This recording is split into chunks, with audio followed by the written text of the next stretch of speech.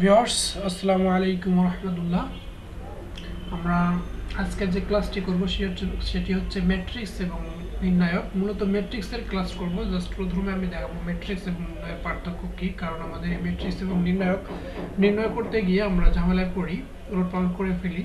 আর ম্যাথমেটিক্সের একটি গুরুত্বপূর্ণ টপিকস, কারণ এই ম্যাট্রিক্স আমরা ইন্টারমিডিয়েটেই করে থাকি এবং অনার্স ফার্স্ট ইয়ারে ম্যাট্রিক্স করি, এবং যারা শিক্ষক নিবন্ধন পরীক্ষা দিবেন গণিতের রিটার্ন পরীক্ষা ম্যাট্রিক্স থেকে একটি প্রশ্ন প্রত্যেকবারই আসে। সো আমরা ম্যাট্রিক্স নিয়ে আলোচনা করব। আপনারা ভিডিওটি শেষ পর্যন্ত দেখতে থাকুন, ইনশাআল্লাহ অনেক উপকারে আসবে। সো প্রথমে আমরা আলোচনা করব হচ্ছে ম্যাট্রিক্স। ম্যাট্রিক্স কি প্রথমে আমরা আলোচনা করব। আমি এখানে লিখেছি ম্যাট্রিক্স। তাহলে ম্যাট্রিক্সের সংজ্ঞাটি আমি বলে দিচ্ছি। ম্যাট্রিক্স হচ্ছে বিভিন্ন সংখ্যাটা একটু বুঝতে হবে, কথাগুলো শুনতে হবে, তাহলে সংখ্যাটা আপনারা বুঝতে পারবেন। আমি এক্সাম্পল দিয়ে বুঝিয়ে দেব। বিভিন্ন সংখ্যাকে দুটি বন্ধনীর মাধ্যমে সারি হচ্ছে রো ও স্তম্ভে অর্থাৎ কলামে সাজিয়ে যে আয়তাকার বা বর্গাকার বিন্যাস পাওয়া যায় তাকে ম্যাট্রিক্স বলে। বিভিন্ন সংখ্যাকে যদি আমরা দুইটি বন্ধনীর মাধ্যমে রো এবং কলামে সাজিয়ে বর্গাকার বিন্যাস করি তাহলে আমরা ম্যাট্রিক্স পাবো। এই ম্যাট্রিক্সকে আমরা সাধারণত তৃতীয় বন্ধনী দিয়ে ব্যবহার করি। তৃতীয় বন্ধনী ছাড়াও আমরা এই ম্যাট্রিক্সকে আমরা প্রথম বন্ধনী দিয়ে ব্যবহার করতে পারি, অথবা আমরা জোড়া উলম্ব রেখা দ্বারা আমরা কি ব্যবহার করতে পারি। জোড়া উলম্ব মানে আমরা এদিকে একটা উলম্ব দিব আর এদিকে একটা উলম্ব দিয়ে আমরা মাঝখানে সংখ্যাগুলো লিখব। তাহলে যদি আমরা একটা ম্যাট্রিক্স আমরা একটা এক্সাম্পল হিসেবে ম্যাট্রিক্স এখানে আমাদের সারি যদি আমরা অর্থাৎ এখানে মান নেই, অর্থাৎ 1 3 4, এখানে আমরা 6 7 8, তাহলে আমরা সংখ্যাগুলো এখানে নিয়ে নিলাম 1 3 5। এখানে ম্যাট্রিক্সের বিভিন্ন সংখ্যা, এই যে সংখ্যাগুলো যে আমরা বন্ধনীর মাধ্যমে, এটি হচ্ছে সারি আর এটি হচ্ছে কলাম। সারি এবং কলামে যে আমরা আবদ্ধ করলাম, এই আবদ্ধ করার পরে আমরা এখানে আয়তাকার এবং বর্গাকারে বিন্যাস করেছি, সুতরাং এটি একটি ম্যাট্রিক্স হয়ে গেল। তাহলে অনেকে আবার সারি এবং কলামকে উলটপালট করে ফেলেন, তাদের জন্য বলতেছি যে আমাদের এই দিকে যে মানগুলো রয়েছে এটাকে আমরা সারি বলবো, আর এই দিকে যে মানগুলো রয়েছে খারাপভাবে এটাকে আমরা কলাম বলবো। এটাকে আমরা আর দিয়ে প্রকাশ করি, এটাকে বলা হয় রো, আর কলাম এটাকে আমরা সি দিয়ে প্রকাশ করি। আমরা তৃতীয় বন্ধনী দিয়ে ব্যবহার করতে পারি, অথবা প্রথম বন্ধনী দিয়েও আমরা কি লিখতে পারি 6 7 8, অথবা হচ্ছে আমরা ম্যাট্রিক্সকে জোড়া উলম্ব রেখার মাধ্যমে প্রকাশ করতে পারি। 1 3 4 6 7 8। এখন আমি আপনাদেরকে যেটা বলতে চাচ্ছি সেটা হচ্ছে ম্যাট্রিক্স আমরা শিখে ফেললাম। এখন নির্ণায়ক, আসলে ম্যাট্রিক্স এবং নির্ণায়কের যখন আমরা মানগুলো দেখি আমরা আসলে বুঝতে পারি না যে কোনটি ম্যাট্রিক্স এবং কোনটি নির্ণায়ক। এই ম্যাট্রিক্স এবং নির্ণায়কের মূল যে পার্থক্য সেটি হচ্ছে যে আমরা ম্যাট্রিক্সকে তিনটি বন্ধনীর মাধ্যমে প্রকাশ করতে পারি। একটি হচ্ছে তৃতীয় বন্ধনী, একটা হচ্ছে প্রথম বন্ধনী, আর একটা হচ্ছে জোড়া উলম্ব রেখা। এখন আমরা যদি নির্ণায়কের সংখ্যাটি আমরা বলতে চাই তাহলে আমরা এভাবে বলতে পারবো যে ম্যাট্রিক্সের ক্ষেত্রে ছিল অর্থাৎ বিভিন্ন সংখ্যাকে দুটি বন্ধনীর মাধ্যমে সারি ও স্তম্ভে সাজিয়ে যে আয়তাকার বা বর্গাকার বিন্যাস পাওয়া যায়। ম্যাট্রিক্স নির্ণায়কের ক্ষেত্রে হবে যে বিভিন্ন সংখ্যাকে দুটি উলম্ব সরলরেখার মাধ্যমে রো এবং কলামে সাজিয়ে যে আয়তাকার বা বর্গাকার বিন্যাস পাওয়া যায় তাকে আমরা নির্ণায়ক বলবো। অর্থাৎ নির্ণায়ক আমরা যখন প্রকাশ করব তখন দুটি উলম্ব সরলরেখার মাধ্যমে আমরা প্রকাশ করব। এখানে কিন্তু আমরা জোড়া উলম্ব রেখা নিয়েছি। আমরা যখন শুধু নির্ণায়কের ক্ষেত্রে দুইটি উলম্ব নেব, অর্থাৎ বাম দিকে একটি এবং ডান দিকে একটি নিয়ে যখন আমরা মানগুলো এখানে এভাবে প্রকাশ করে দেব 1 3 4 এবং 6 7 8, যখন আমরা প্রকাশ করে দেব তখন আমাদের নির্ণায়ক হয়ে যাবে। অর্থাৎ আমরা এখানে জোড়া উলম্ব নিয়েছি, যখন আমরা একটি উলম্ব নিব তখন আমরা বুঝতে পারবো যে আমাদের এটি নির্ণায়কের কথা বলা হয়েছে এবং এটাকে ম্যাট্রিক্সের কথা বলা হয়েছে। সো আপনারা এই পার্থক্য দেখে সরাসরি বুঝতে পারবেন যে কোনটি ম্যাট্রিক্স এবং কোনটি নির্ণায়ক।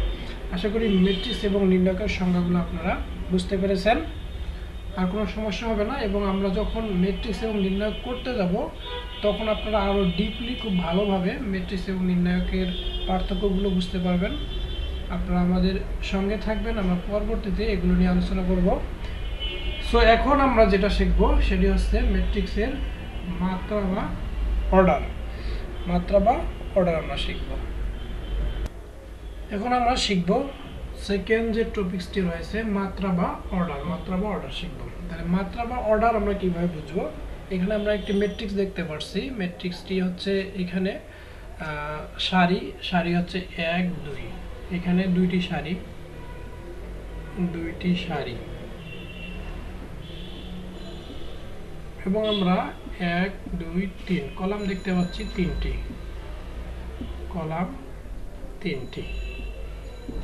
তাহলে এখানে এই ম্যাট্রিক্সটা দেওয়া হচ্ছে দুটি সারি এবং 3টি কলাম।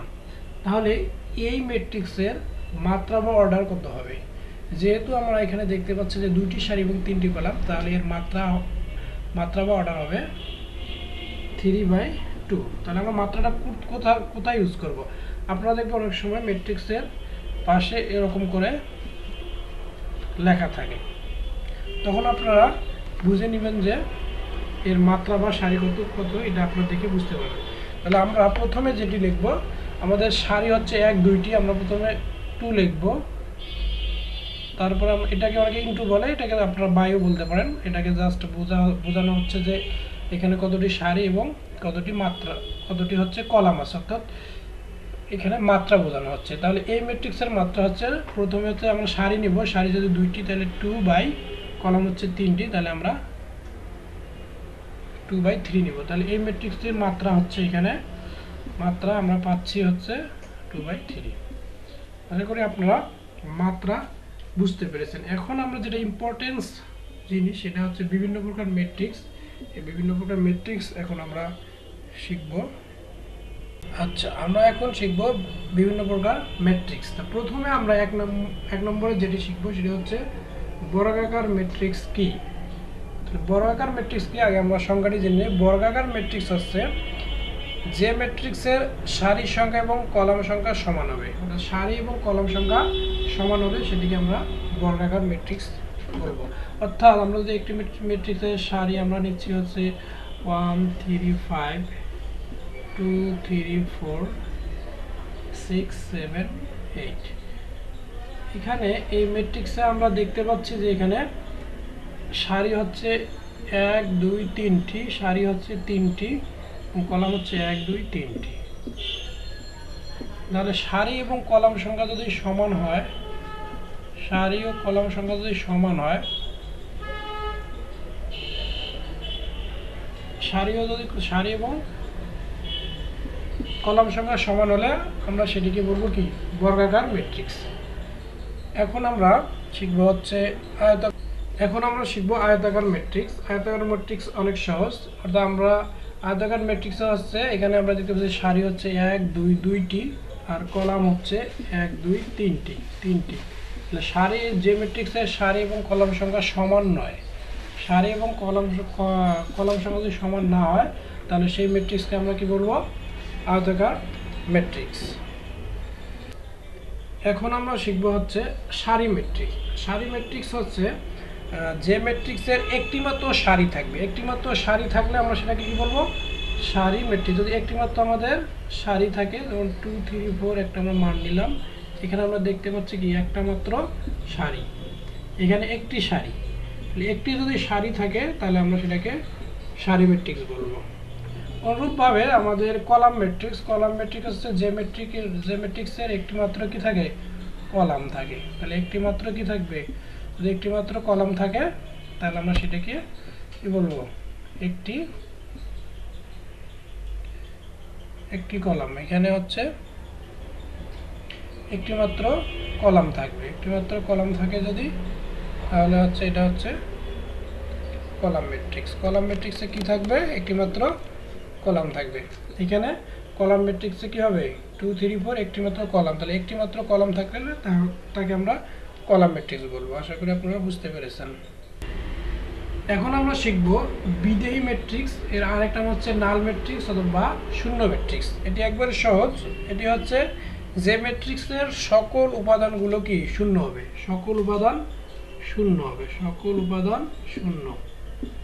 যে ম্যাট্রিক্সের সকল উপাদান শূন্য সেই ম্যাট্রিক্সকে আমরা বলবো কি নাল ম্যাট্রিক্স বা শূন্য ম্যাট্রিক্স বা বিদেহী ম্যাট্রিক্স। যদি এখানে আপনারা দেখতে পাচ্ছেন যে আপনি যে ম্যাট্রিক্স নিয়েছে তার কি সব মান শূন্য, তাহলে যে ম্যাট্রিক্সের সকল উপাদান শূন্য হবে সেটিকে আমরা কি বলবো? বিদেহী ম্যাট্রিক্স। আমরা এখন শিখবো হচ্ছে একক ম্যাট্রিক্স। এটি ভেরি ইম্পর্টেন্ট, অনেক পরীক্ষা আসে একক ম্যাট্রিক্স। তাহলে আমরা আগে সংজ্ঞাটি জেনে নিই। একক ম্যাট্রিক্স হচ্ছে যে বর্গাকার ম্যাট্রিক্সের প্রধান কর্ণের উপাদানগুলো এক এবং অন্যান্য উপাদানগুলো শূন্য, তাকে একক ম্যাট্রিক্স বা অভেদক ম্যাট্রিক্স বলে।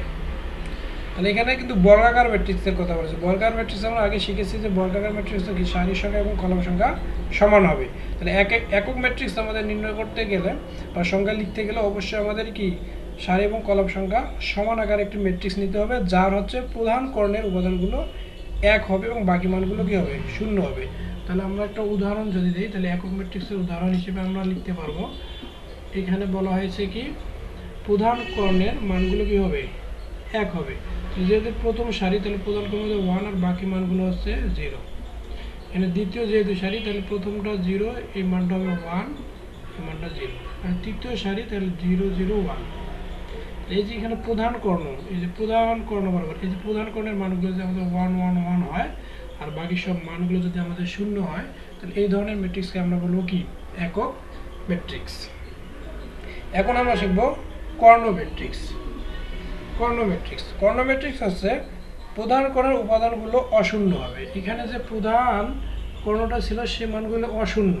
অশূন্য ঠিক আছে, কিন্তু সব মানগুলো একই মান, মানে আমরা 1 পাচ্ছি। তো যদি এগুলো যদি 1 হয়, অর্থাৎ শুধু 1 থাকে এবং বাকিগুলো যদি শূন্য হয়, সেক্ষেত্রে হবে একক ম্যাট্রিক্স। আর কর্ণ ম্যাট্রিক্সের ক্ষেত্রে শুধু পার্থক্যটা হচ্ছে যে এই মানগুলো 1 না হয় অন্য মান হবে, কিন্তু বাকি মানগুলো কি শূন্য হয়ে যাবে, তখন সেটি হয়ে যাবে কর্ণ ম্যাট্রিক্স। উদাহরণ দেখলে আপনারা বুঝতে পারবেন। এক্ষেত্রে আমরা 1 না নিয়ে নিতে পারি 2 0 0, তারপর আমরা নিতে পারি হচ্ছে যে 0 3 0, তারপরে আমরা এখানে নিতে পারি হচ্ছে যে 0 0 4 নিলাম। তাহলে আমরা কি বুঝলাম? এখানে জাস্ট যখন 1 থাকবে তখন হবে একক ম্যাট্রিক্স, আর এখানে যখন হচ্ছে যে এই মানগুলো আলাদাভাবে থাকবে কিন্তু বাকি মানগুলো কি 0 থাকবে। জাস্ট এই পার্থক্যটা থাকলে আমরা এটাকে বলবো হচ্ছে একক ম্যাট্রিক্স, আর এটাকে বলবো আমরা কি কর্ণ ম্যাট্রিক্স। আশা করি আপনারা বুঝতে পেরেছেন। আচ্ছা, আমরা এখন শিখবো হচ্ছে নিত্যক ম্যাট্রিক্স। আগে আমরা যে ম্যাট্রিক্স শিখেছিলাম সেই ম্যাট্রিক্স এবং নিত্যক ম্যাট্রিক্স সেম একই রকমের। একক ম্যাট্রিক্স এবং কর্ণ ম্যাট্রিক্সের ক্ষেত্রে যেরকম উদাহরণ আমরা দেখেছিলাম, যে হচ্ছে আমাদের এখানে একটি মান হবে, আমরা এখানে সাপোজ একটা মান নিলাম b 0 0 0 b 0 0 0 b। এ ধরনের যখন আমাদের এখানে 1 1 ছিল তখন আমরা সেটিকে একক ম্যাট্রিক্স বলেছিলাম, আর বাকি মানগুলো শূন্য ছিল। আবার যখন এখানে আমাদের আলাদা আলাদা মান ছিল এবং বাকি মানগুলো সব শূন্য ছিল, সেটিকে আমরা কি কর্ণ ম্যাট্রিক্স বলেছিলাম। আর নিত্যক ম্যাট্রিক্সের ক্ষেত্রে পার্থক্য এতটুকু যে শুধুমাত্র প্রধান কর্ণের মানগুলো হচ্ছে কি একই ধরনের হবে, একই মান হবে। এখানে 1 হতে হবে এমন না, এখানে যে মানটা হবে আমাদের এখানে যদি যে মানটা এখানে যদি আমরা 4 নেই, তাহলে এখানেও 4 এখানেও 4, অর্থাৎ প্রধান কর্ণের মানটা 1 ছাড়া অন্য কোনো মান যদি হয় এবং একই মান হয়, সেটিকে আমরা বলবো হচ্ছে নিত্যক ম্যাট্রিক্স। এখন আমরা যেটি শিখবো সেটা হচ্ছে পার্শ্বচর ম্যাট্রিক্স। এটি অনেক ইম্পর্টেন্ট, পার্শ্বচর ম্যাট্রিক্স পরীক্ষায় আসে, সুতরাং এটি অবশ্যই আমাদের মনে রাখতে হবে। পার্শ্বচর ম্যাট্রিক্স হচ্ছে আমরা যদি সারিকে কলামে এবং কলামকে সারিতে রূপান্তর করি, তাহলে আমাদের সেটিকে পার্শ্বচর ম্যাট্রিক্স বলা হয়। পার্শ্বচর ম্যাট্রিক্স সারিকে কলামে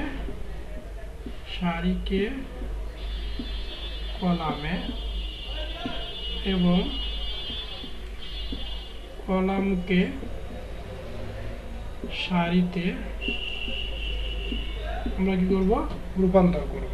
তাহলে আমরা 5 স্তর ম্যাট্রিক্স পাবো। অর্থাৎ এ যদি একটি ম্যাট্রিক্স হয়, যেমন এ একটি ম্যাট্রিক্সের আমরা যদি একটা মান নিই, আমরা মানটি নিতে পারি এখানে 1 3 2, আরেকটি মান নিতে পারি 2 1 3, আরেকটি মান নিতে পারি হচ্ছে 4 3 1।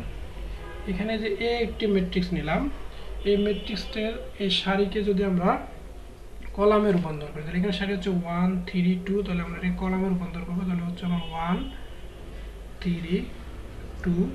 আর যদি আমরা এই সারিকে কলামে রূপান্তর করি, তাহলে হচ্ছে 2 1 3, সারিকে কলামে রূপান্তর করবো, তাহলে 4 3 1।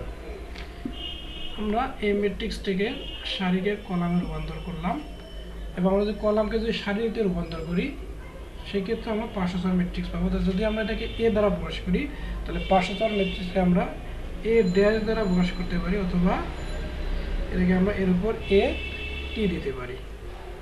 তাহলে আমাদের 5 স্তর ম্যাট্রিক্স যখন প্রকাশ করবো, তখন এ ড্যাশ ইকুয়াল এত হবে, অথবা আমরা এ টি ইকুয়াল এত হবে। তাহলে হচ্ছে এটিকে আমরা কি বলবো, 5 স্তর ম্যাট্রিক্স। আশা করি আপনারা বুঝতে পেরেছেন। আজকে এই পর্যন্ত, সবাই ভালো থাকবেন, সুস্থ থাকবেন। আল্লাহ হাফিজ। নেক্সট ক্লাসে আমরা বাকি যে ম্যাট্রিক্সের প্রকারভেদগুলো রয়েছে সেগুলো নিয়ে আলোচনা করবো ইনশাআল্লাহ।